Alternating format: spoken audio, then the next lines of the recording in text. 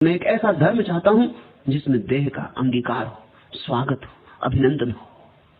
ऐसा धर्म जो देह को भित्ति बना ले, जो देह के स्वास्थ्य में रस ले, देह के आनंदों को अस्वीकार न करे। देह के आनंद प्यारे हैं, लेकिन तुम्हें कहा गया आस्वाद साधो। मैं तुमसे कहता हूं स्वाद साधो। ऐसा स्वाद साधो कि भोजन में भी परमात्मा की ही प्रतीति होने लगे। है तो सब परमात्मा ही, जो तुम भोजन कर रहे हो उसमें भी वही है। अस्वाद साधने का अर्थ हुआ कि स्वाद मत लेना भोजन में, मगर ये तो परमात्मा का अंगीकार नहीं हुआ, अस्वीकार हुआ, ये तो अनादर हुआ। अन्नम ब्रह्म, तुम तो अन्न में भी ब्रह्म का ही स्वाद लो, तब तुम्हारे जीवन में शरीर के सारे रहस्य समृद्ध करेंगे तुम्हें। ऐसे ही मन के रहस्य, संगीत सुनते हो वह मन का आयाम है, गीत गुनते हो वह मन का आयाम है। सूरज उगा और तुमने सूरज का सौंदर्य देखा, उगते सूरज को, वह मन का आयाम है। कि तुमने एक सुंदर प्रतिमा देखी, कि सुंदर चित्र देखा और तुम अभिभूत हुए, वह मन का आयाम है। तुमने एक सुंदर स्त्री देखी, कि सुंदर पुरुष देखा और एक क्षण को तुम ठिठके और अवाक हुए, वह मन का आयाम। उसे इंकार मत करना, क्योंकि उस स्त्री में भी परमात्मा ने एक झलक दी है।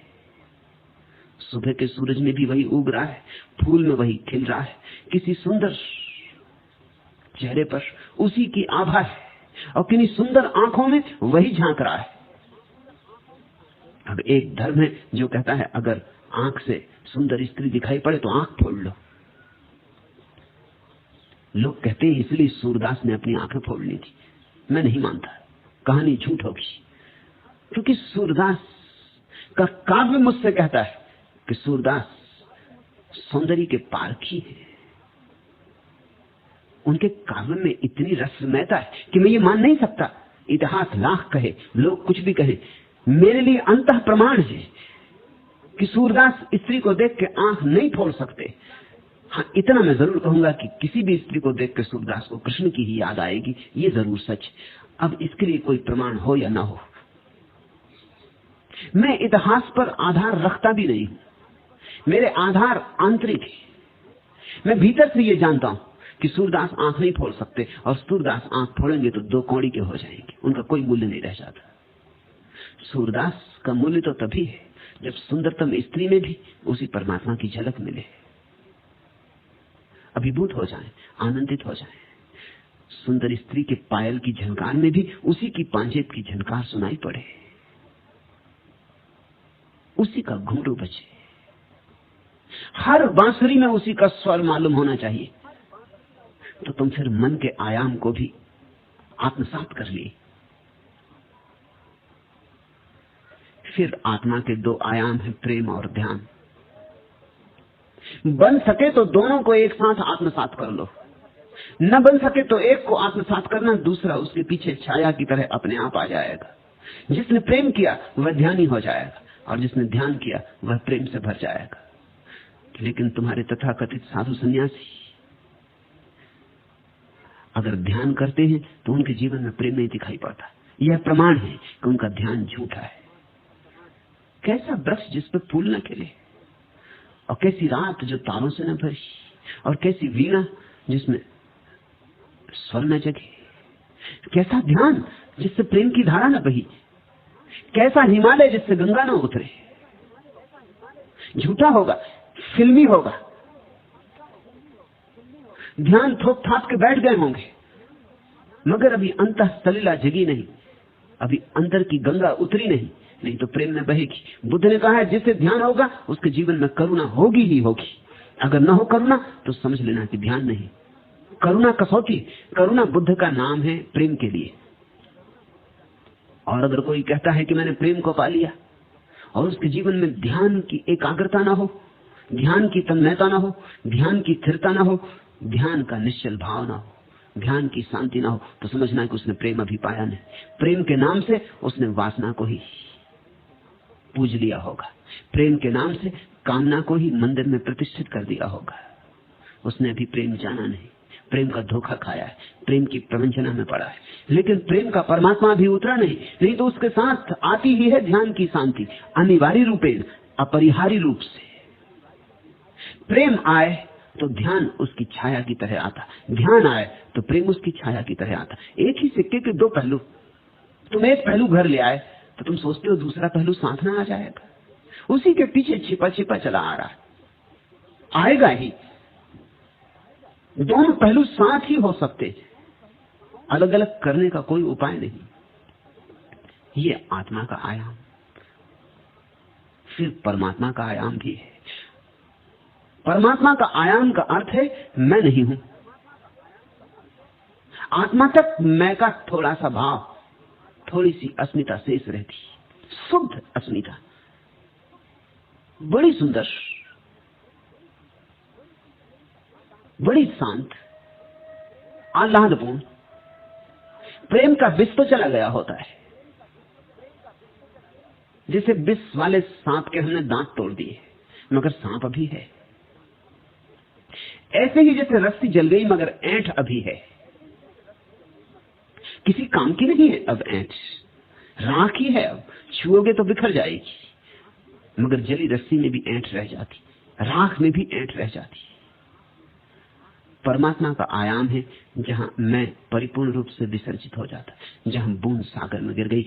आत्मा तक बूंद शुद्ध होती, परिपूर्ण शुद्ध होती। शुद्ध हो जाए तो ही परमात्मा में गिर सकती, लेकिन परमात्मा में गिरे तभी बूंद सागर हो, तभी क्षुद्र विराट हो। ये चार आयाम है। कुछ लोग शरीर पर रुक गए, इनको हम नास्तिक कहते हैं, इनको हम भौतिकवादी कहते हैं, इन पर दया करो। ये मंदिर में आए और सीढ़ियों पर ही बैठ रहे, इन्होंने सीढ़ियों पर ही घर बना लिया।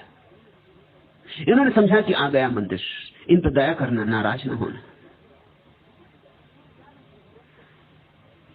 इन्होंने शायद सीढ़ियां भी कभी नहीं देखी थी, सीढ़ियां भी इतनी प्यारी हैं, पोर्च भी इतना सुंदर है कि उन्होंने समझा आ गया घर। बैठ रहे, वहीं रहने लगे, वहीं निवास कर लिया। पूरा भवन पड़ा था, कभी आंख ही ना उठाई उस तरफ। ये छोटे बच्चे जो खिलौनों से उलझ गए। सच्चा धार्मिक व्यक्ति इनके विरोध में नहीं होता। सच्चा प्रौढ़ व्यक्ति बच्चों के खिलौनों के विरोध में नहीं होता। और अगर कोई बच्चों के खिलौनों के विरोध में हो तो समझना कि प्रौढ़ व्यक्ति नहीं है।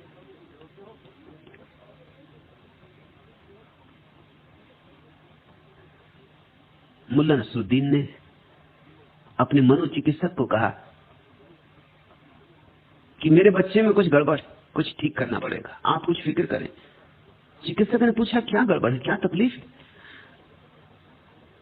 उसने कहा कि वो दिन भर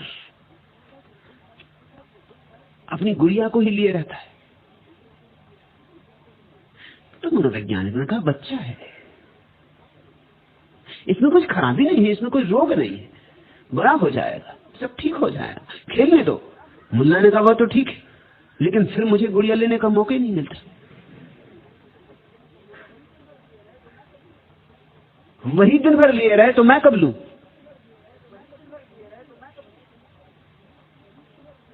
अब इसका ऐतराज जो है वो बता रहा है कि मुल्ला खुद भी प्रौढ़ नहीं। जो धार्मिक व्यक्ति नास्तिकों का दुश्मन होता है, समझ लेना कि वह धार्मिक नहीं। अभी वह भी पोर्च में ही उलझा है, सीढ़ियों में उलझा है, अभी वह भी भीतर गया नहीं, अभी विवाद वहीं चल रहा है। सच्चा धार्मिक व्यक्ति तो जो सीढ़ी पर अटक गया उस पर दया करेगा, करुणा करेगा, सोचेगा कि क्या करूं, कैसा उपाय करूं, कैसे भी भीतर बुला लूं। मेरे पास नास्तिक आते हैं, वो कहते हैं हम नास्तिक हैं, क्या आप हमें संन्यास देंगे? मैं उनसे कहता हूं तुम्हें तो मैं पहले दूंगा, आस्तिकों से पहले दूंगा। मगर वे कहते हैं कि हम नास्तिक हैं, नास्तिक सन्यासी हो सकता है? मैंने कहा सन्यास इतनी बड़ी बात है कि नास्तिकों को भी पी जाए, तुम फिक्र ना करो। तुम चिकित्सक से ये तो नहीं कहते कि मैं बीमार हूं, क्या बीमारी की भी चिकित्सा हो सकती? क्या बीमार को भी दवा दी जा सकती? और अगर कोई चिकित्सक तुमसे ये कहे कि पहले ठीक होकर आओ तब दवा दूंगा, तो तुम क्या समझोगे? ये चिकित्सक है। मैं तो नास्तिक को आलिंगन कर लेता हूं तत्क्षण। प्रतीक्षा ही करता था कि कभी वो राजी हो जाए तो उसे घर के भीतर बुला लिया जाए। कुछ लोग शरीर पर उलझ गए, उन्होंने स्वाद को ही जीवन का लक्ष्य समझ लिया, या धन को, या पद को, काम को, भोग को उन्होंने जीवन का प्रारंभ और अंत दोनों समझ लिया है।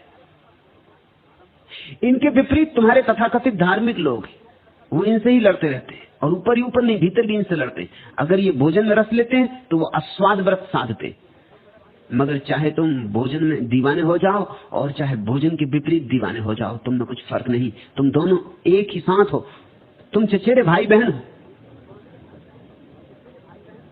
तुम एक ही थैली के चट्टे बट्टे हो। एक स्त्री के पीछे दीवाना है, दूसरा स्त्री से भागा है और हिमालय की तरफ चला गया। दोनों एक ही साथ है, दोनों की दृष्टि स्त्री पर लगी या पुरुष पर लगी। फिर कुछ है जो मन में उलझ गए, जो थोड़ा आगे बढ़े, सीढ़ियों से ऊपर गए, ढलान तक पहुंचे, मगर वहीं उलझ गए। उनके लिए मन के ही रस सब कुछ है, काव्य है, संगीत है, साहित्य है, कला है, वे वहीं खो गए। थोड़े तो गए मगर बहुत आगे ना गए। फिर कुछ हैं जो आत्मा में उलझ गए, जो कहते हैं कोई परमात्मा नहीं, इसके आगे और कोई भी नहीं, बस पा लिया सब। अपनी प्रतीति होने लगी, अपना एहसास होने लगा, बूंद शुद्ध हो गई, अब और क्या चाहिए। ये गए, काफी भीतर गए, लेकिन फिर भी परिपूर्ण रूप से भीतर नहीं गए, क्योंकि बूंद को अभी एक कदम और लेना, अभी बूंद को सागर भी बनना है। जब मैं तुमसे कहता हूं सब आयामों में जियो, तो मैं ये कह रहा हूं पोर्च भी तुम्हारा, ढलान भी तुम्हारी, भीतर के कक्ष भी तुम्हारे, अंतरतम तुम्हारे भवन का जो गर्भगृह जहां परमात्मा विराजमान है, वह भी तुम्हारा। और सब रूपों में जियो। बस एक ही बात ध्यान रहे कि सब रूपों से परमात्मा ही सिद्ध हो। बस सब तरह से केंद्र से जुड़ते जाओ, फिर कोई अड़चन नहीं है।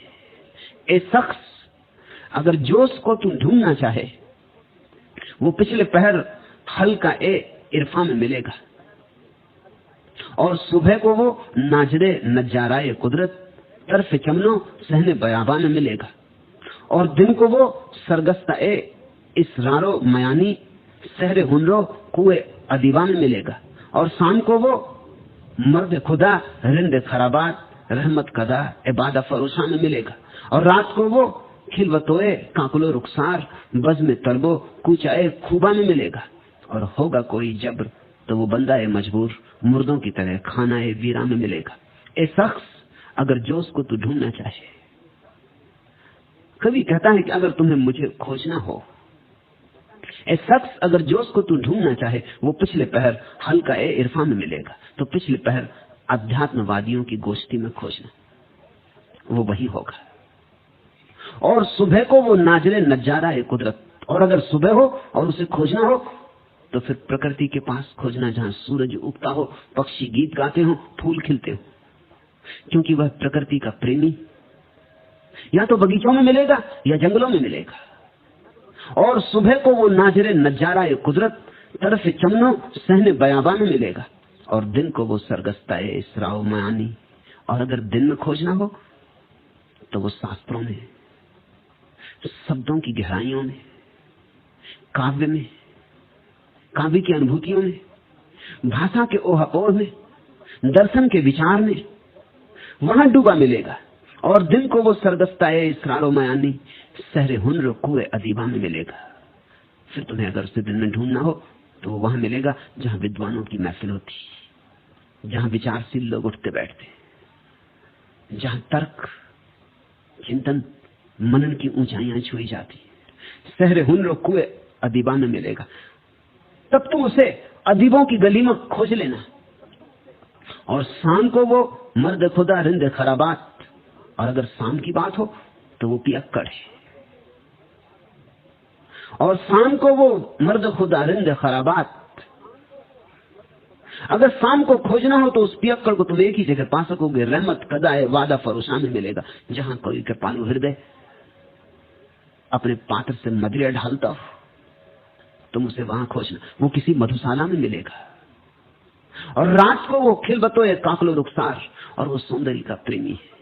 अगर रात हो और रात को वो खिलबतो एक काकलो रुखसार, बज में तरबो कूचा एक खूबा में मिलेगा। तो जहां कहीं आनंद उत्सव हो रहा हो और सुंदरियां नाचती हो और सौंदर्य का जश्न मनाया जा रहा हो, वहां उसे खोजना, वहां मिलेगा।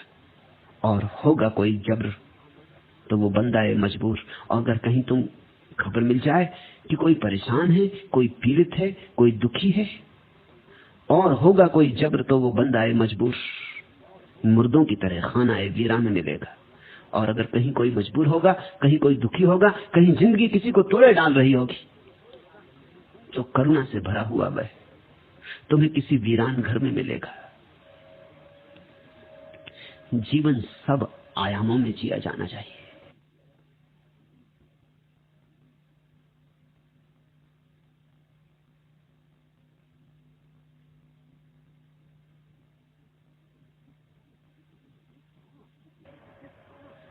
ये सारा अस्तित्व तुम्हारा है, इसका सौंदर्य तुम्हारा, इसका स्वाद तुम्हारा, इसकी शराब तुम्हारी। मालिकियत की घोषणा करो। इसलिए मैं अपने सन्यासी को स्वामी कहता हूं, मालिकियत की घोषणा करो। ये सारा अस्तित्व तुम्हारा है। मुझे पता नहीं पुराने लोगों ने क्यों सन्यासी को स्वामी कहा था, उनके मतलब कुछ और थे, मेरे मतलब कुछ और है। मेरा मतलब है कि तुम इस सारे अस्तित्व के स्वामी हो, मालिक हो। ये सब तुम्हारा है।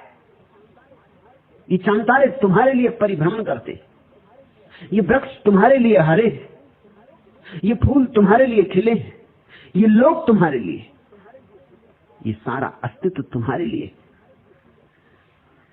इससे दुश्मनी साथ के दूर मत हट जाओ, इसमें डुबकी मारो, इसमें गहरे डूबो, इसमें विसर्जित हो जाओ, और तब तुम्हारे जीवन में एक समृद्धि होगी। उसी समृद्धि का नाम धर्म है। धर्म कोई दीनता नहीं है, हीनता नहीं है। धर्म परम ऐश्वर्य है, वह ईश्वर की अनुभूति है। धर्म व्यक्ति को समृद्ध बनाता है। और तब कभी ऐसा चमत्कार भी देखने में आता है कि बुद्ध जैसा भिखारी रास्ते पर चलता हो तो भी सम्राटों को झेप आ जाए। धर्म इतना समृद्ध बनाता है व्यक्ति को कि भिखारी के पास भी धर्म की अनुभूति हो तो सम्राट दो कौड़ी के मालूम होते। और ये संसार और यहाँ का धन दौलत तुम कितनी ही इकट्ठी कर लो, यहाँ की कौड़ियां तुम कितनी ही जुटा लो, लेकिन अगर तुमने जीवन के समस्त आयाम अनुभव नहीं किए, अगर तुम जीवन को उसकी समग्रता में नहीं जिए हो, परिपूर्णता में अगर तुमने जीवन को अंगीकार नहीं किया है, अभिनंदन नहीं किया है, तो हो सकता है तुम्हारे पास दुनिया भर की दौलत हो मगर तुम्हारी आंखों में भिखमंगापन होगा। तुम सिंहासन पर भला बैठे रहो मगर तुम रहोगे भिखारी, क्योंकि बादशाहत तो सिर्फ उनकी है जो इस अस्तित्व के साथ अपना सरगम जोड़ लेते, जिनका छंद इस अस्तित्व के साथ जुड़ जाता, जिनका नाच इस अस्तित्व के साथ जुड़ जाता है, जो इस विराट रास लीला के अंग हो जाते।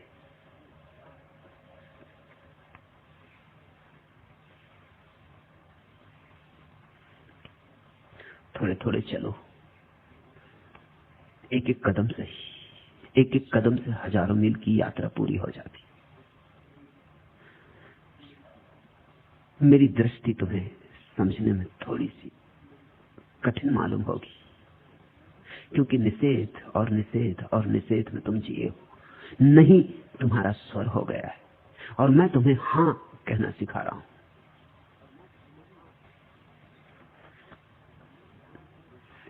प्यार दे सकते ना यदि तुम, प्यार का विश्वास तो दो। अर्चना का गीत बनकर जल रहे हैं प्राण मेरे, कर रहे हैं आरती सी ये सिसकते गान मेरे। तुम सदैव हो ठीक पर इसका मुझे आभास तो दो। प्यार दे सकते ना यदि तुम, प्यार का विश्वास तो दो। जल चुका है दीप कैसे, अब जले बाती बता दो। हृदय यह कब तक संभाले, पीर की थाती बता दो। वेदना ही दे रहे हो पर कभी उल्लास तो दो। प्यार दे सकते ना यदि तुम, प्यार का विश्वास तो दो। मैं नहीं हूं अमर फिर भी, अमर मेरी भावना है। स्वर्ण सी जो तप रही है वह मनोरम कामना है। विरह श्वासों में छिपाकर मिलन का एक श्वास तो दो। प्यार दे सकते न यदि तुम प्यार का विश्वास तो दो। मैं भिखारी ही सही फिर भी नहीं झोली पसारी, तुम महादानी अमर तुमने कभी ली सुधी हमारी। शून्य सा या हृदय वन इसमें कभी मधुमास तो दो, प्यार दे सकते न यदि तुम प्यार का विश्वास तो दो। अगर तुम जीवन को समग्रता में जियो तो वही तुम्हारी प्रार्थना हो जाएगी, वही तुम्हारी अर्चना हो जाएगी।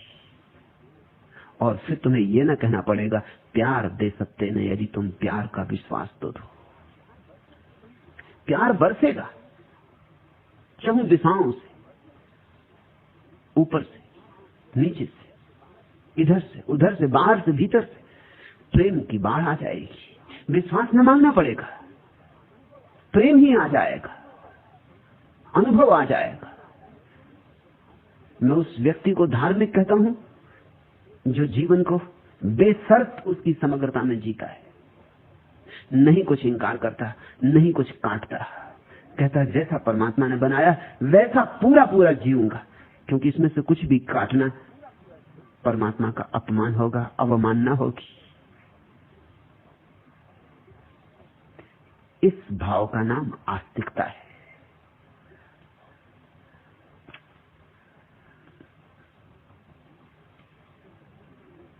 तीसरा प्रश्न, सभी ज्ञानियों ने पाखंड का बहुत विरोध किया है, लेकिन पाखंड में कुछ है कि वह उनके ही पीछे चलने वाले संप्रदायों में प्रवेश कर जीवन पाता रहा है। पाखंड का इतना बल और आकर्षण क्या है? पाखंड तो बिल्कुल निर्बल है, उसमें जरा भी बल नहीं है, और पाखंड में कोई आकर्षण नहीं, पाखंड में बड़ा विकर्षण है। लेकिन पाखंड अपने पैरों से चलता ही नहीं, उसके पास अपने पैर हैं भी नहीं। पाखंड आदर्श की आड़ में चलता है, जहां आदर्श दिए जाएंगे वहां पाखंड अनिवार्य रूप से पैदा होगा। पाखंड आदर्श की छाया है, जैसे भरी दोपहरी में तुम चलोगे तो तुम्हारी छाया बनेगी। इस जीवन में जो भी आदर्श लेके चलेगा वो पीछे पाखंड की छाया को छोड़ जाएगा। और इसे समझना निश्चित ही बहुत कठिन है, क्योंकि हम तो सोचते हैं आदर्श और पाखंड विपरीत है। विपरीत नहीं, संगी साथी है, अनिवार्य रूपेण संगी साथी। कोई भी आदर्श पैदा करो तत्क्षण पाखंड पैदा हो जाएगा। एक ऐसा धर्म चाहिए जो आदर्शवादी ना हो, यथार्थवादी हो। मैं वही तुमसे कह रहा हूं, एक यथार्थवादी धर्म, फिर पाखंड पैदा नहीं हो सकता। समझो, तुमसे किसी ने कहा कि भोजन में स्वाद मत लेना, यह आदर्श है। ऐसा महात्मा गांधी के आश्रम में नियम था, अस्वाद व्रत, भोजन में स्वाद मत लेना। स्वाद लिया, यह आदर्श से पतन हो गया। अब जिसने स्वाद लिया क्या करे? और स्वाद तो आएगा, क्योंकि तुम्हारी जीभ पर स्वाद लेने की क्षमता वाले अणु है। मीठा मीठा मालूम पड़ेगा और कड़वा कड़वा मालूम पड़ेगा।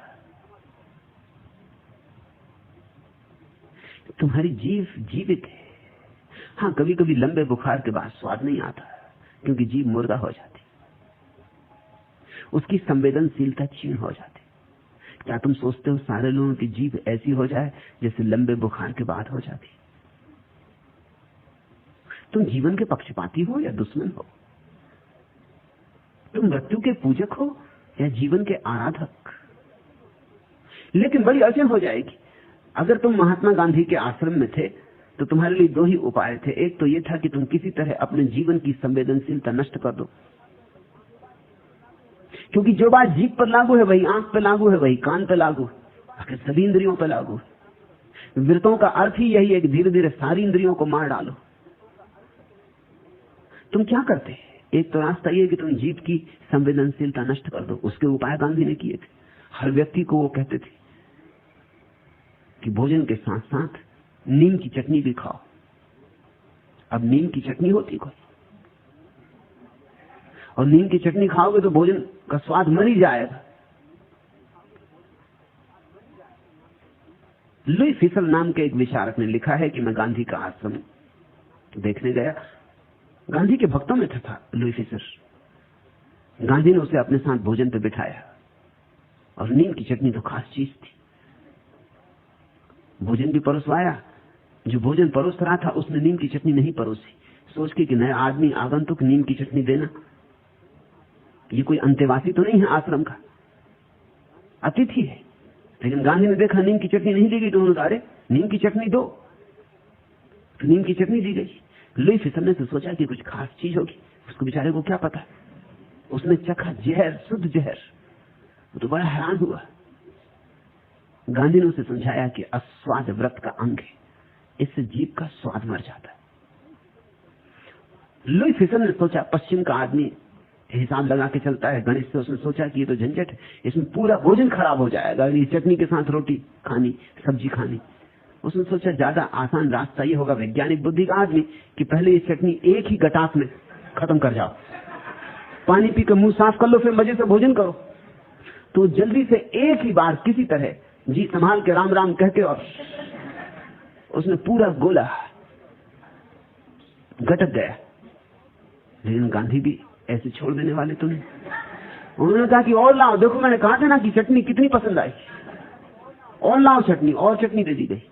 अब ये भी उपाय ना रहा गटकने का। लुई फिशर ने लिखा कि पूरा भोजन खराब हो गया, मगर स्वाद नहीं आया। एक तो उपाय ये है, रुग्ण उपाय। और फिर मैं ये पूछता हूं कि चटनी का स्वाद स्वाद नहीं? ये किसी ने पूछा नहीं, ये लुई फिशर ने भी नहीं पूछा। मैं जरूर ये पूछना चाहता हूं, क्या मिठास का स्वाद ही स्वाद है? कड़वाहट का स्वाद स्वाद नहीं? अगर नीम का स्वाद आया तो अस्वाद व्रत कैसे सधा? हाँ, नीम के स्वाद ने जहर ने और सारे स्वादों को मार डाला, लेकिन अस्वाद व्रत कैसे सधा? ये तो नीम के स्वाद का व्रत सधा, मगर यह है स्वाद का ही व्रत। तुम नीम के प्रेमी हो, इससे इतना ही पता चलता है। इससे कोई अनासक्ति नहीं हो गई, सिर्फ नीम से आसक्ति हो गई। और मैं मानता हूं कि यह आसक्ति थोड़ी विकृत है, अस्वाभाविक है, ये सहज नहीं है। सरहपा और तिलोपा भी इसका समर्थन ना करेंगे, मैं भी नहीं करता हूं। कोई सहज जीवन की प्रस्तावना करने वाला व्यक्ति इसका समर्थन ना करेगा। किसी भी बच्चे को नींद दे दो और पता चल जाएगा। छोटे से बच्चे को नींद दे दो, वो फौरन थूक देगा। इससे जाहिर हो गया कि इस स्वभाव के प्रतिकूल है। अब बच्चे को किसी ने कहा नहीं था कि नींद थूक देना, बच्चे को मैंने बिगाड़ा नहीं था, मुझे कसूर न दे सकोगे। बच्चा मुझे सुनने आया भी नहीं था, मेरा सन्यासी भी नहीं था। बच्चा अभी बोल भी नहीं सकता, पढ़ भी नहीं सकता। बिन बोलते बच्चे को नींद दे दो, वो थूक देगा। इससे जाहिर है कि स्वभाव के प्रतिकूल है, और जो स्वभाव के प्रतिकूल है उससे अपने को बांधना दमन है। तो एक तो उपाय यह है जो कि तुम्हें विकृति की तरफ, पैथोलॉजी की तरफ ले जाएगा, तुम्हें रुग्ण करेगा, तुम्हारे जीवन की सारी सहजता, स्वाभाविकता नष्ट कर देगा, खंडित कर देगा। अब दूसरा उपाय यह है कि स्वाद भी लेते रहो और लोगों से कहते रहो कि मुझे स्वाद आता ही नहीं, तब पाखंड पैदा होगा। पाखंड का मतलब क्या होता है?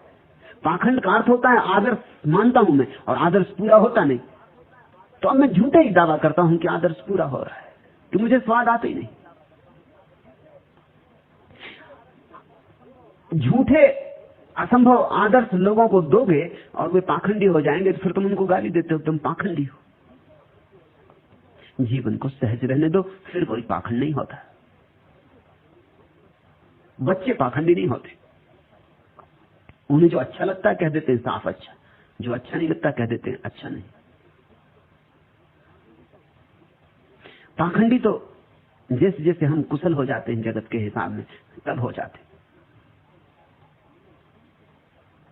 मुल्ला नसरुद्दीन के घर एक मेहमान आने को थे, बड़े धनपति, मगर एक खतरा था, मुल्ला का छोटा बेटा।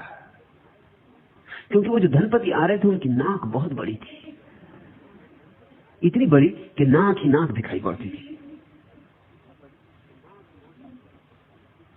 मुल्ला भी परेशान था, पत्नी भी परेशान थी कि बेटा कुछ ना कुछ कहना दे। कह रही इतनी बड़ी नाक, और धनपति को ला रहे थे खुशामद के लिए, उससे कुछ काम था कि कहीं वो नाराज ना हो जाए। और सबको पता था कि जो भी उसकी नाक के संबंध में बात उठा देता उससे वो नाराज हो जाता, क्योंकि उसकी नाक बड़ी क्रूप थी, बड़ी बेढंगी थी। तो दोनों ने कई दिन तक, 3-4 दिन तक बेटे को तैयार किया कि देख ख्याल रख और सब करना, नाक की बात मत छेड़ना,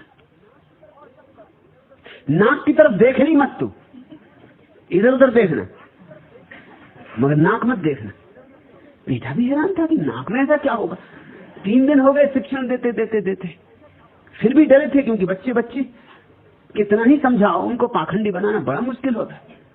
दोनों संकित थे और कप रहे थे। आखिर धनपति आया, मुल्ला ने स्वागत किया, विराजो, पत्नी ने स्वागत किया, लेकिन दोनों डरे, बच्चे पर नजर रखे, वो नाक तो नहीं देख रहा, और बच्चा एकदम नाक ही देख रहा है और कुछ देखते नहीं। अगर उसने न कहा होता तो शायद वो और कुछ भी देखता, शायद उसने एक आधा नाक देख ली होती, उसमें होता कि ठीक है, हर तरह की चीज दुनिया में होती, बच्चों को कोई अड़चन ऐसी खास आती नहीं।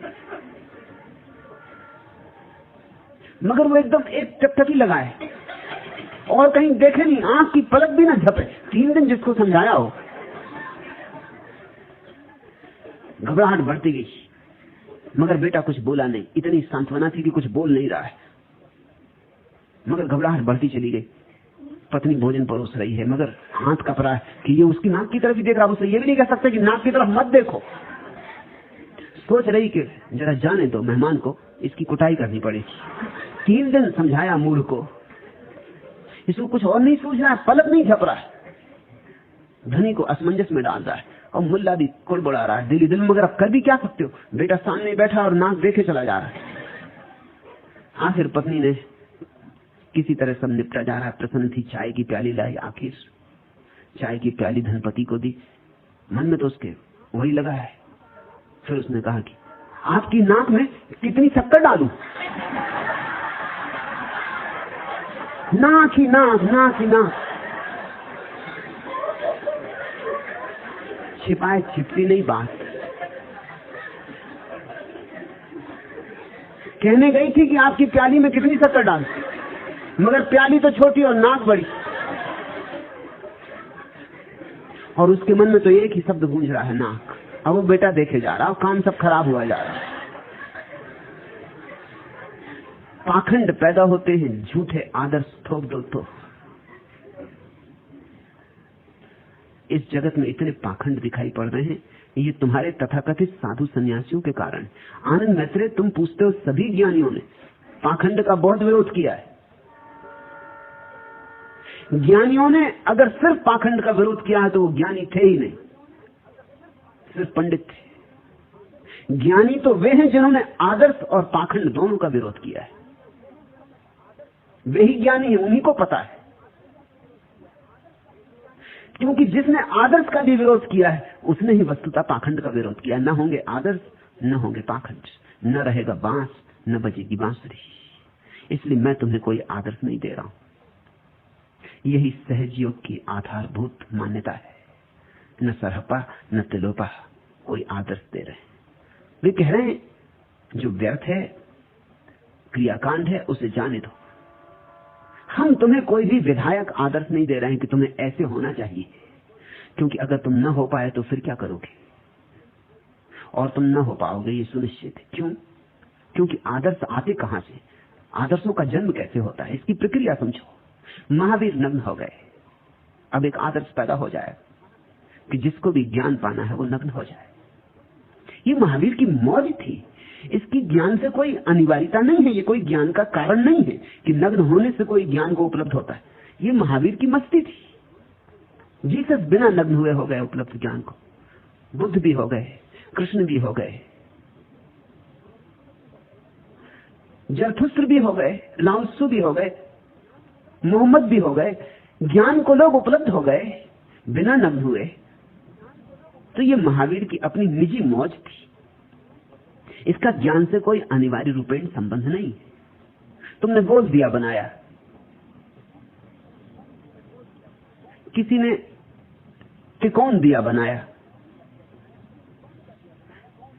किसी ने सोने का दिया बनाया, किसी ने मिट्टी का, किसी ने चांदी का, किसी ने अपने दिए पर हीरे जड़ दिए, किसी ने ये रूप दिया, किसी ने वह रूप दिया।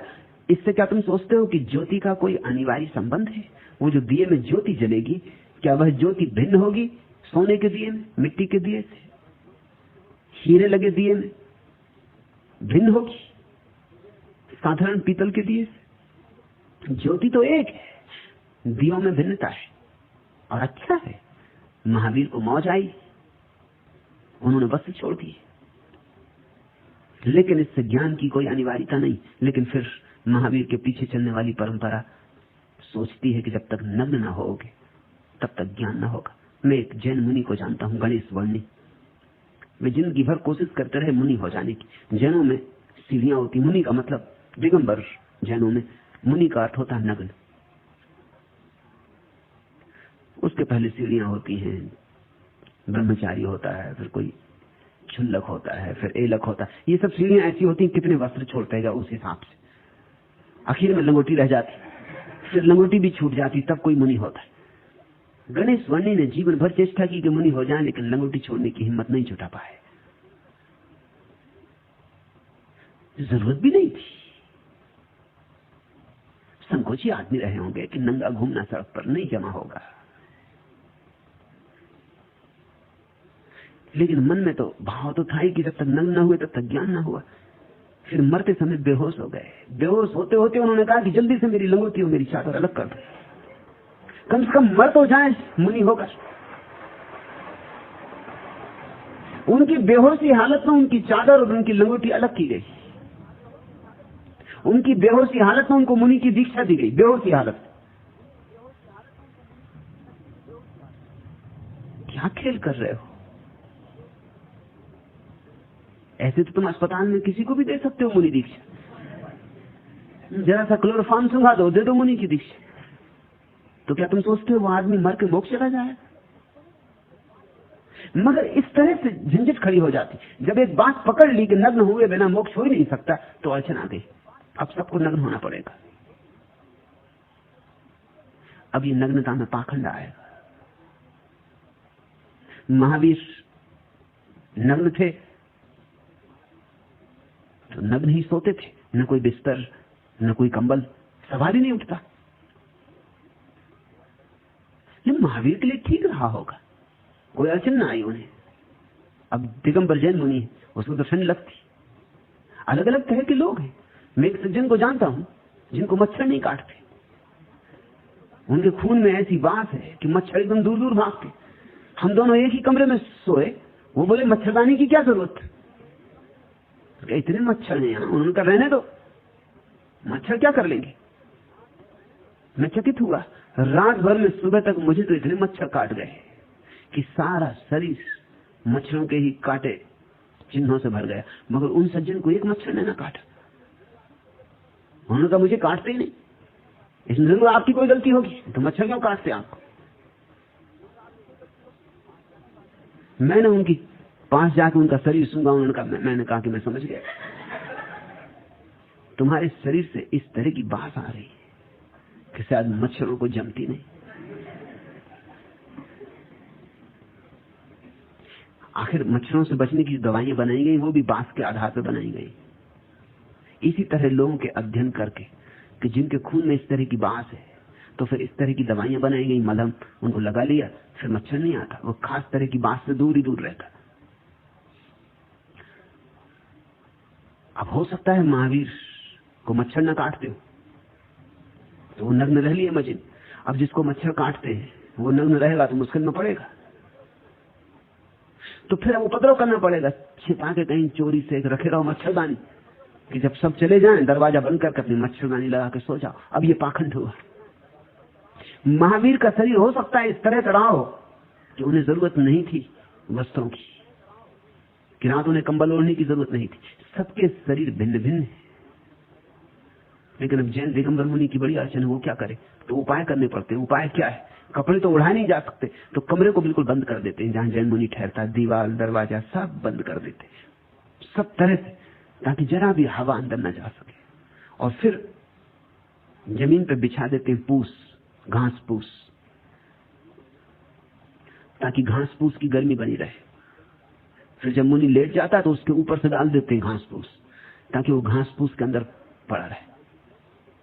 अब अगर तुम जैन मुनि से पूछो कि ये तो कोई बात नहीं हुई, इतना उपद्रव करना, दरवाजा बंद करना, खिड़की बंद करना, फिर घास फूस बिछाना, फिर घास फूस ऊपर से डालना, इससे बेहतर एक कंबल बिछा लेते, कंबल ओढ़ लेते, ज्यादा आसान था, ज्यादा सुगम था, कम झंझट का था।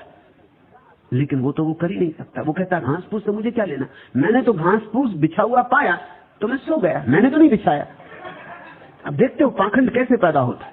मैंने बिछाया नहीं, वो नहीं बिछाता खुद, इसलिए उस पर दोष नहीं। और जब मैं लेट गया, लोगों ने घास फूस ऊपर से डाल दिया, मैं क्या करूं, मैंने डाला नहीं। इसका नाम पाखंड। एक सज्जन मेरे पास आए, हिंदू सन्यासी, बंबई की बात, ध्यान समझने आया। मैंने कहा कि ध्यान का शिविर ही चल रहा है, कल सुबह तुम शिविर में आ जाओ, ठीक से वहां ध्यान करो, 2-4 दिन फिर पूछ लेना। तो उन्होंने कहा वो तो जरा कठिन है, मैं आ ना सकूंगा। मैंने कहा क्या कारण? उनका कारण ये है कि मैं पैसे अपने पास नहीं रखता। पैसे का मैंने त्याग कर दिया, हम पैसा छूते नहीं हाथ।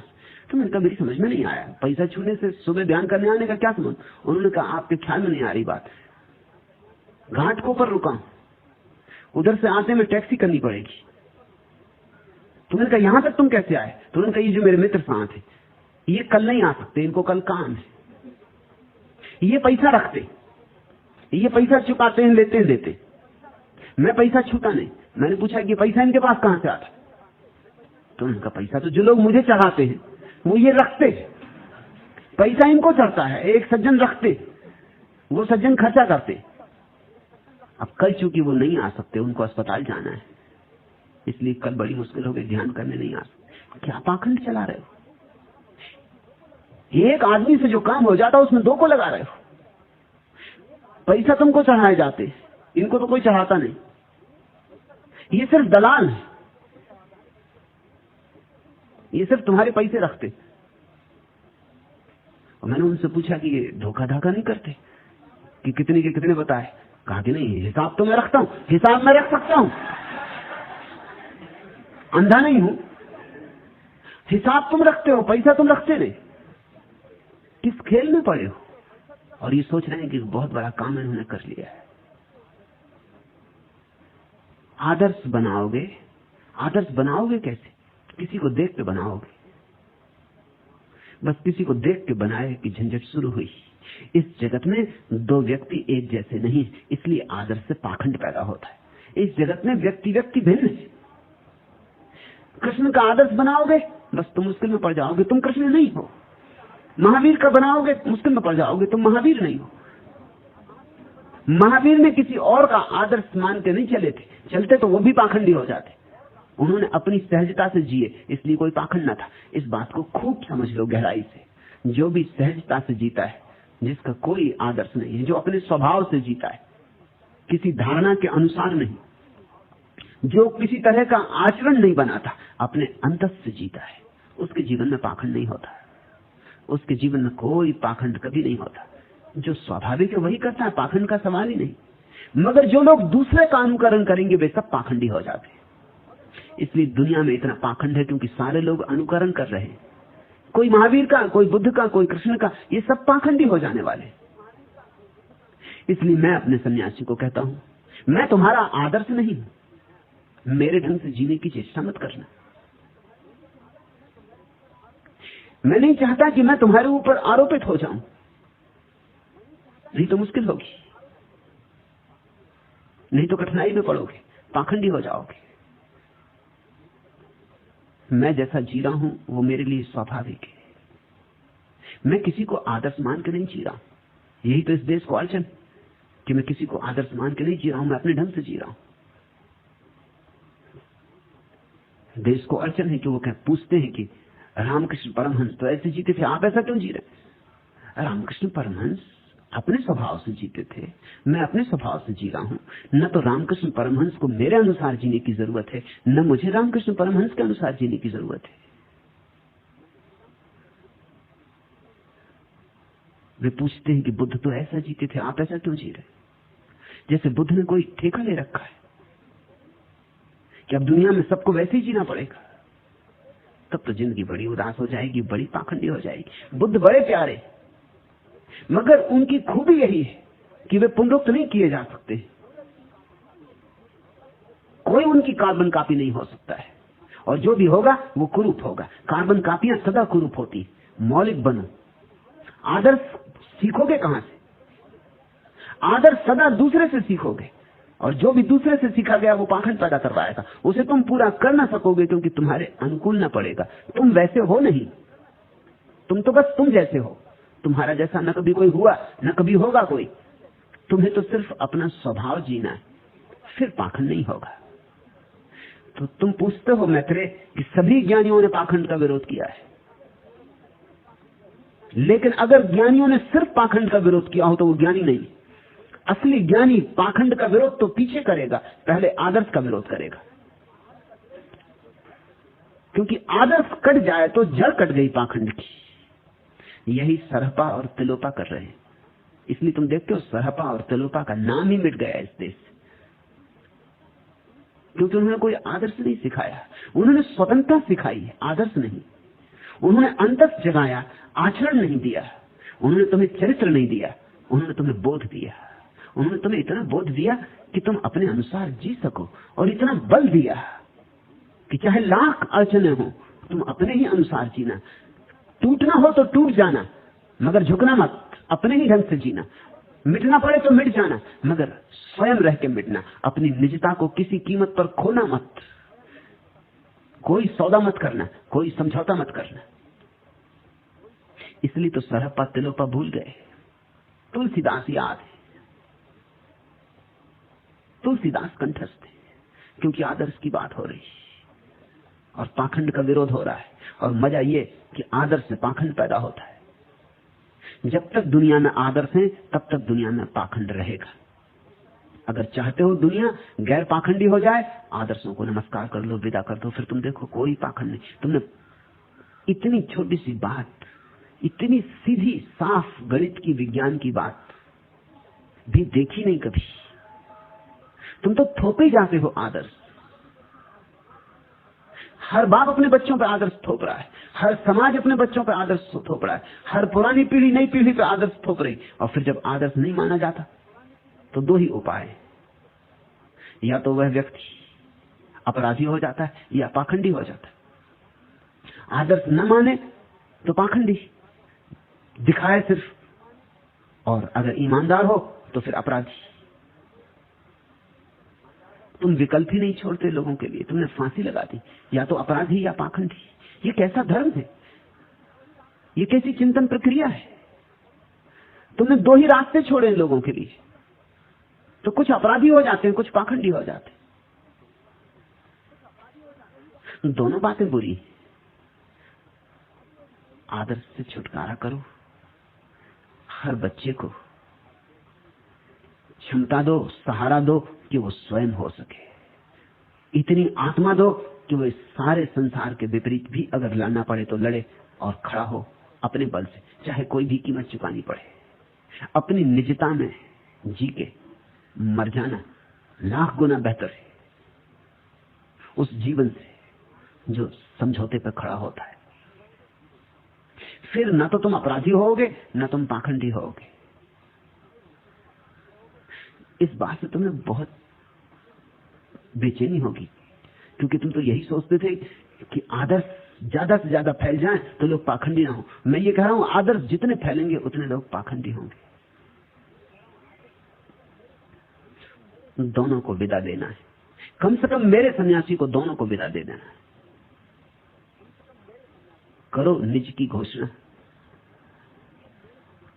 उसी घोषणा में तुम परमात्मा के निकट आने लगोगे, क्योंकि तुम्हारी निजता ही परमात्मा को छिपा है।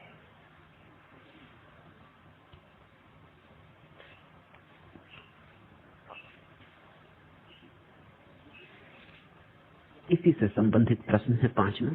भगवान, यहूदी संत मुरजुत्रा का विचार था कि चेले ऐसे पात्र हैं कि उनमें गुरु का रंग झलकना चाहिए।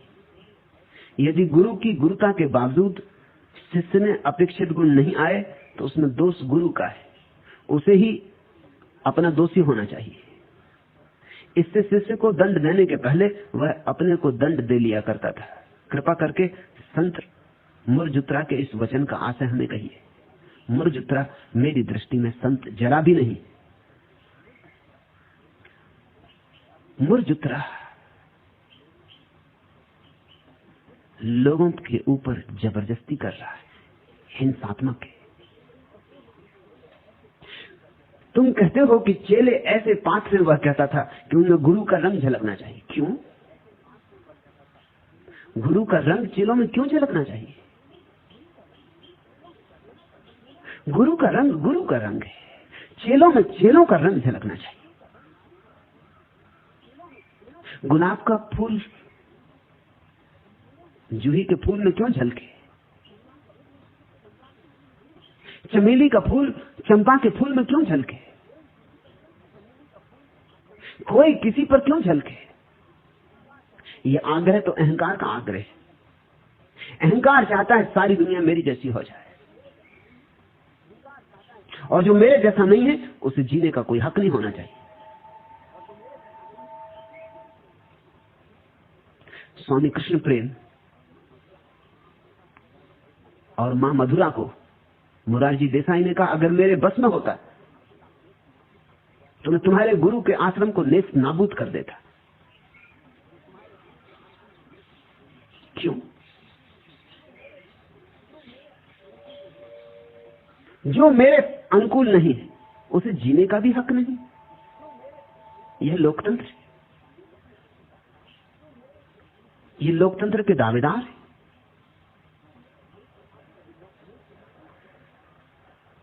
नेस्त नाबूद कर देता।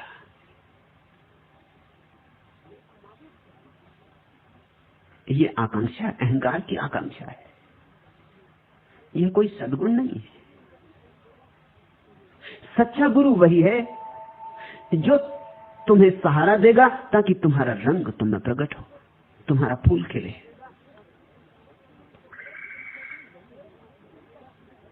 सच्चा गुरु वही है जो अपना रंग तुम्हें देगा ही नहीं, तुम चाहो तो भी नहीं देगा। तुम तो चाहोगे, क्योंकि तुम तो हमेशा सस्ती चीज की आकांक्षा में होते।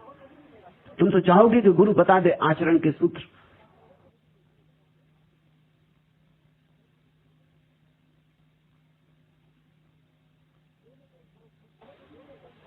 बस दे दे कोई 5 सूत्री कार्यक्रम, इतने बजे उठाना, इतनी लंबी चोटी रख लेना, इस तरह का खाना खा लेना, ये प्रार्थना कर लेना, बस बाकी सब हो जाएगा। तुम तो कुछ सस्ता चाहते हो, तुम जीवन को दांव पर लगाना नहीं चाहते। कोई सच्चा गुरु तुम्हें इतना सस्ता नहीं छोड़ सकता, और कोई सच्चा गुरु तुम्हारी अपेक्षाएं पूरी नहीं कर सकता। तुम तो चाहते हो किसी की अनुकृति बन जाओ, मगर सच्चा गुरु वही है जो तुम्हें जगाएगा और कहेगा कि तुम स्वयं हो, तुम स्वयं बनो, तुम अपने ही रंग, अपने ही ढंग, अपने ही गीत को गाते हुए परमात्मा की तरफ जाना। तुम अपनी ही आत्मा को निखारो, फिर कौन जाने चमेली पैदा हो कि जूही पैदा हो कि रजनीगंधा पैदा हो, क्या पता। तुम्हारा रहस्य अभी छिपा है। तुम गुलाब ही हो ये जरूरी तो नहीं, कि तुम कमल ही हो ये जरूरी तो नहीं। तुम्हारा भविष्य क्या लाएगा इसकी कोई घोषणा नहीं की जा सकती, कोई भविष्यवाणी नहीं की जा सकती। तुम रहस्य हो, तुम्हारे रहस्य को खराब नहीं करना है। और अगर कोई गुरु तुम्हारे ऊपर अपना रंग चढ़ा दे तो फिर तुम्हारी आत्मा का रंग कैसे प्रकट होगा, कब प्रकट होगा?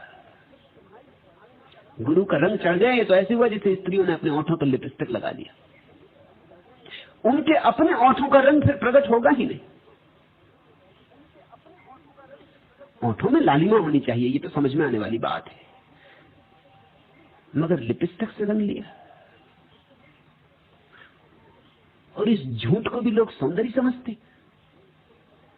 जरा स्त्रियों की नादानी देखते हो, ओंठों को रंगे चली जा रही बाजारों में और सोचते ही सुंदर है, फूहड़पन। ये सौंदर्य नहीं, जड़ता है। और ये जड़ता बढ़ती जा रही। अब तो पलकों पर झूठे बाल लगाने का उपाय हो गया, तो आंख की पलकों पे झूठे बाल लगा के लोग निकल रहे। इस झूठ को तुम जीवन कहते हो? और यही झूठ तुम धर्म की दुनिया में भी ले जाओगे।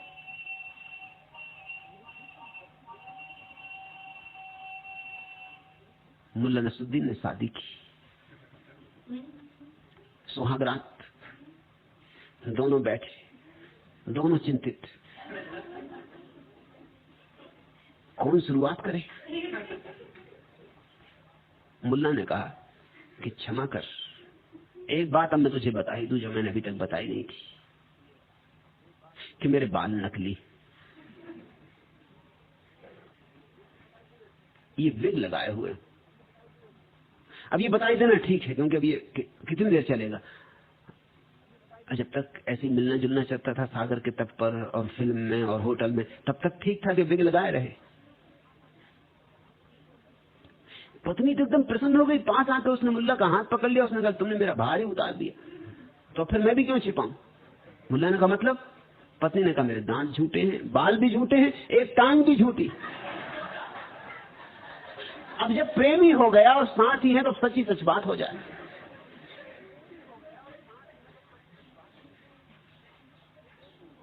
ऐसा ही चल रहा है बाहर के जीवन में। तो बाहर के जीवन में चलता हो ठीक है, चलने दो, लेकिन कम से कम अंतस जीवन में तो ऐसा ना चलाओ। जब तुम बुद्ध जैसे बन के बैठ जाते हो तो तुमने विग लगा लिया कि तुम खड़े हो गए बिल्कुल कृष्ण के भांति, पैर पे पैर रख के और बांसुरी लगा के। तुम नाटक वगैरह में, नौटंकी वगैरह में काम करते हो तो ठीक है, मगर जिंदगी में नहीं हो सकेगा यह। जिंदगी सच्ची होनी चाहिए। मुरजुत्रा को मैं संत मानने को राजी नहीं,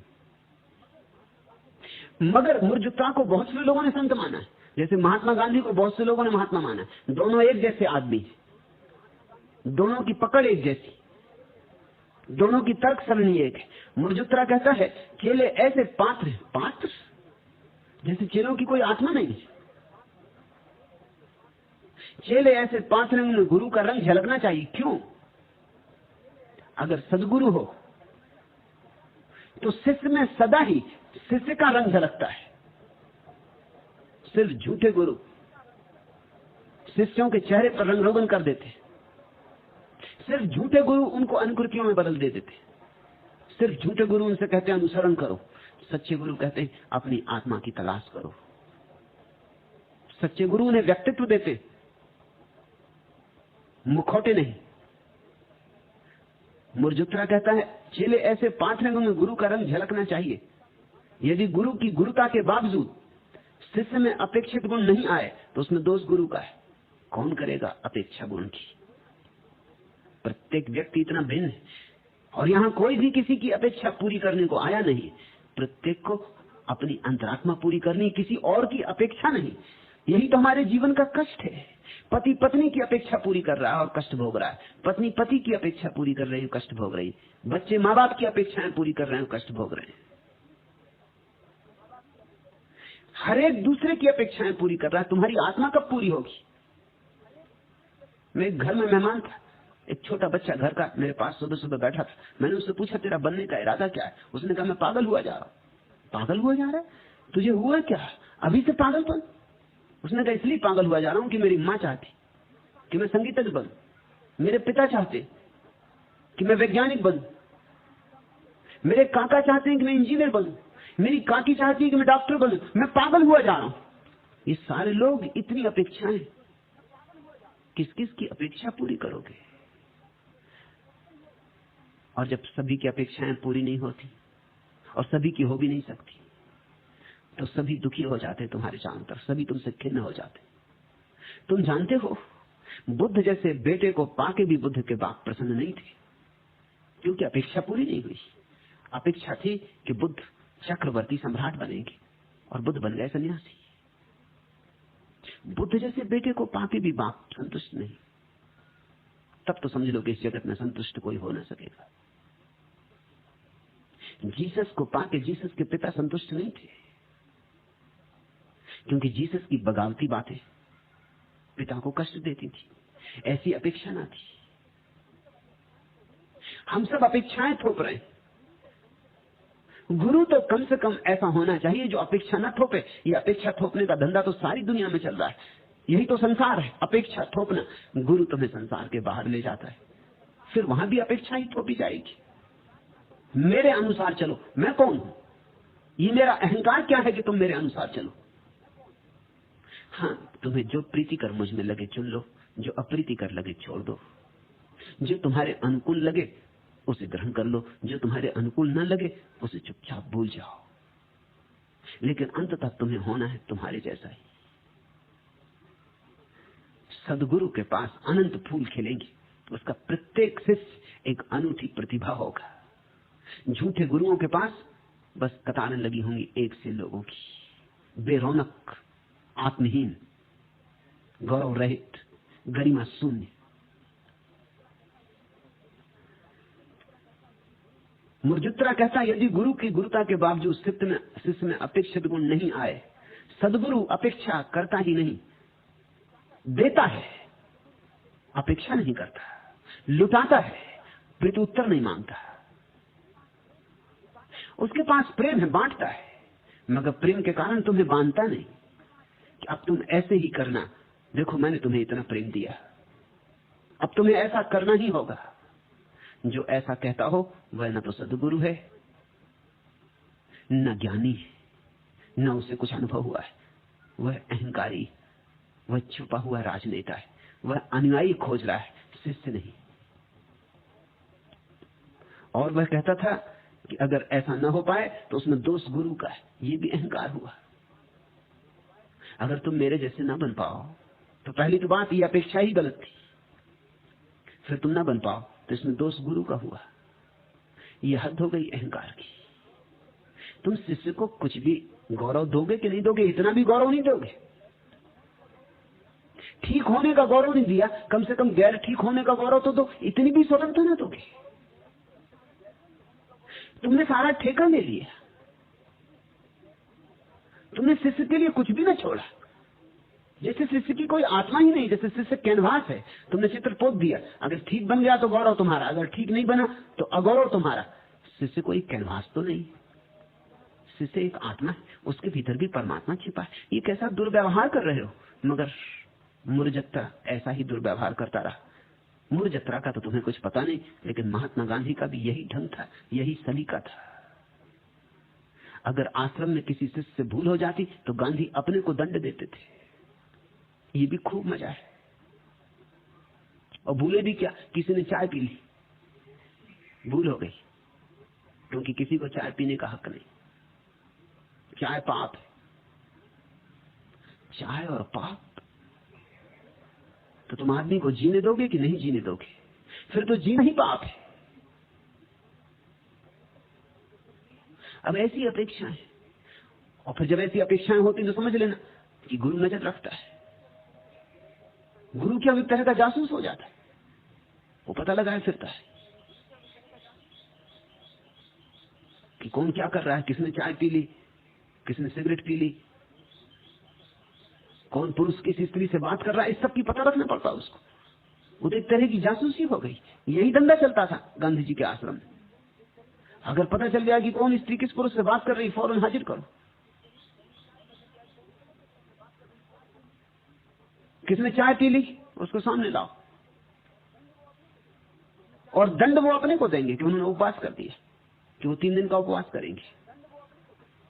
अब ये तो किसी को सताने का बड़ा ही जालसाज उपाय हो गया। किसी ने चाय पी ली, तुमने 3 दिन का उपवास किया, उस आदमी का भी तो कुछ सोचो, उसका तुम कितना भयंकर अपमान कर रहे हो, और तुम उसे कितनी ग्लानि में डाल रहे हो। पूरा आश्रम उसकी तरफ देखेगा, ये चले जा रहा है सज्जन। गुरुदेव इनके पीछे 3 दिन से भूख, और उन्होंने क्या किया, जरा सी चाय के पीछे देखो महात्मा को इतना कष्ट दे रहा है। तुम जरा उसकी हालत तो सोचो। वो निंदा का पात्र हो गया, वो सब तरफ नजरें उस पर उठेंगी, उंगलियां उस पर उठेंगी। ये तो हिंसा है। और अच्छा होता कि तुमने उसे एक चांटा मार दिया होता, कम से कम उसका सम्मान तो होता, बात खत्म हो जाती। तुमने चांटा अपने को मारा, उसको इतना भी सम्मान न दिया, और चांटा अपने को मार के तुमने उसकी ऐसी अपमानित दशा कर दी क्या वो कीड़े मकोड़े जैसा अनुभव, जरा सी चाय का स्वाद ना रोक सका और एक मेरे गुरु के 3 दिन का उपवास कर रहे हैं। मैं कीड़ा, मैं पापी, वे महात्मा। तुमने उसको कीड़ा बना दिया। ये सद्गुरुओं के लक्षण नहीं। सद्गुरु तो कीड़ों में भी परमात्मा को जगाते। ये तो असद्गुरुओं के लक्षण है कि तुम्हारे आत्मवान व्यक्तित्व को इतना दीनहीन और छोटा कर देते, इतना अपमानित, इतना ग्लानिपूर्ण कि तुम कीड़े मकोड़े हो जाते हो। उसे सद्गुरु जानना जिसके पास बैठकर तुम गौरवान्वित हो, जिसके पास बैठकर तुम्हारे भीतर जिन आकाशों को तुमने कभी नहीं देखा है वे आकाश दिखाई पड़ने लगे। बैठकर सद्गुरु जानना जिसके पास बैठकर तुम्हारे महानता का तुम्हें बोध हो, तुम्हारी असीमता का तुम्हें स्मरण आए, तुम्हारे परमात्मा की सुधि जगे। मगर ये इस तरह के लोग, मुर्जुत्रा या महात्मा गांधी, सद्गुरु नहीं। ये बहुत चालबाज राजनीतिज्ञ, ये जानते हैं कैसे आदमी की गर्दन कसी जाए, कैसे उसे दबाया जाए, कैसे उसे परेशान किया जाए और कैसे उसे जोर जबरदस्ती से पीछे चलाया जाए। गांधी जी के आश्रम में अगर किसी युवक और युवती का प्रेम हो जाए, वहां दुर्घटना घट गई, जैसे प्रेम कोई अस्वाभाविक घटना है। और फिर जानते हो वो शादी भी करवाएंगे। तो शादी की पहले कई शर्तें। पहली तो शर्त ये कि 2 साल अब किसी से बोलना मत, मिलना जुलना मत। ये पहली शर्त पूरी करो तब शादी होगी, ताकि प्रमाण दो कि सच में तुम्हारा प्रेम। अब 2 साल उनको यातना में डाल दिया कि मिल नहीं सकते, बोल नहीं सकते, पत्र नहीं लिख सकते, और अब जासूसी चलेगी।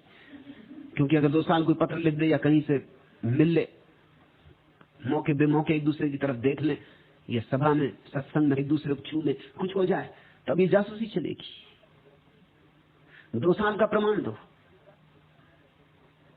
और 2 साल का अगर प्रमाण दे दिया तो गांधी विवाह भी करवा देंगे, और विवाह के बाद विवाह का आशीर्वाद देते समय ये कसम भी दिलवा देंगे कि अब जीवन भर का ब्रह्मचर्य व्रत ले लो। तुम सोचते हो ये पागलपन। और अब हजारों लोगों के सामने अब उन दोनों को फंसा दिया। वो आए थे आशीर्वाद लेने, आशीर्वाद दिया और कहा कि अब यही मेरा आशीर्वाद, कि अब दोनों कसम खा लो कि जीवन भर आजीवन ब्रह्मचर्य व्रत का पालन करेंगे। तो महाराज इनका शादी ही काहे के लिए करवाई? अब ये और मुश्किल हो गई। भोजन सामने रखा और तुम बैठे रहो उपवास किए, तो ये भोजन की थाली किस लिए रखी? मैं विनोबा के एक आश्रम में मेहमान था, तो वहां एक युवती ने मुझे आके कहा कि मैं पागल हो जाऊंगी।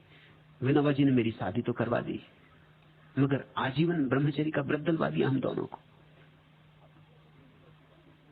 अब हालत इतनी बिगड़ती जा रही है कि हम विक्षिप्त हुए जा रहे हैं। इससे तो अच्छा था शादी ही ना होती। हम एक कमरे में सो भी नहीं सकते क्योंकि उसकी आज्ञा नहीं। तो मेरे पति दूसरे कमरे में सोती, मैं एक कमरे में सोती, और इसमें भी खतरा है क्योंकि वासना का वेग उड़ जाए। कसम खा ली है जीवन भर ब्रह्मचर्य की, और कहीं हम उठ के एक दूसरे के कमरे में रात चले जाएं। तो मैंने कहा फिर क्या उपाय किया है? तो उपाय उन्होंने कहा कि बताया गया है ये कि मैं ताला लगा लेती हूँ अपनी तरफ से, और चाबी उस तरफ फेंक देती। चाबी पति के कमरे में रहती, तो वो खोल सकता नहीं क्योंकि ताला वहां नहीं। ताला मेरे कमरे में रहता है, मैं खोल सकती नहीं क्योंकि चाबी नहीं। अभी तुम देख से आसान उपाय हो सकता है। और जिनको इतने इंतजाम करने पड़ रहे हैं कि ताला लगा के चाबी उस तरफ फेंकनी पड़ रही है, ये रात सो सकते होंगे?